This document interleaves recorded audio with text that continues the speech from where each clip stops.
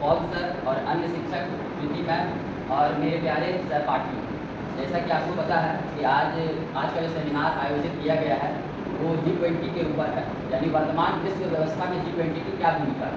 तो सबसे पहले मैं अपना नाम बताता हूँ। मेरा नाम राहुल कुमार झा है और मैं स्नातकोत्तर द्वितीय सेमेस्टर का छात्र हूँ। तो G20 के बारे में जानने के लिए सबसे पहले हम G20 की स्थापना के बारे में जान लेते हैं। तो G20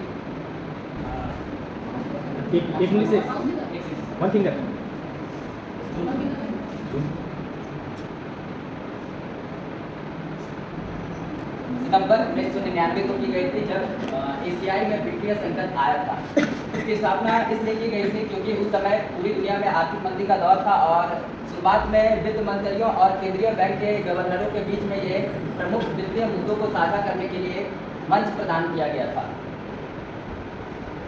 ग्रुप ऑफ 20 यह अंतर्राष्ट्रीय आर्थिक सहयोग का एक महत्व रखता है और महत्वपूर्ण मंच है। यह सभी प्रमुख देशों के आर्थिक मुद्दों, वैश्विक संरचना और अधिशासन निर्धारित करने के लिए मजबूत और उसे मजबूत करने में महत्वपूर्ण भूमिका निभाता है।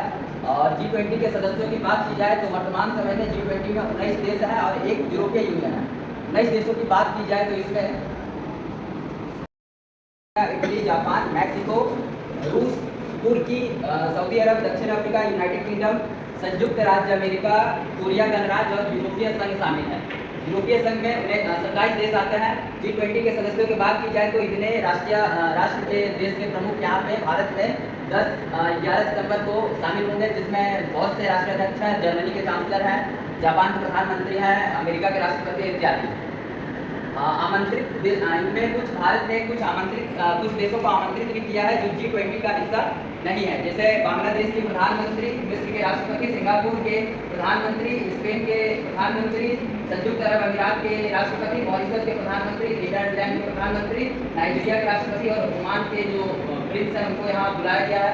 आमंत्रित अंतर्राष्ट्रीय संगठन की बात की जाए तो इसमें नियमित अंतर्राष्ट्रीय संगठन WHO, WTO, UNO इत्यादि को इसमें शामिल किया गया है और कुछ क्षेत्रीय संगठन भी इसमें शामिल किए गए हैं, जिसमें UIDA, NPED इत्यादि ये शामिल है।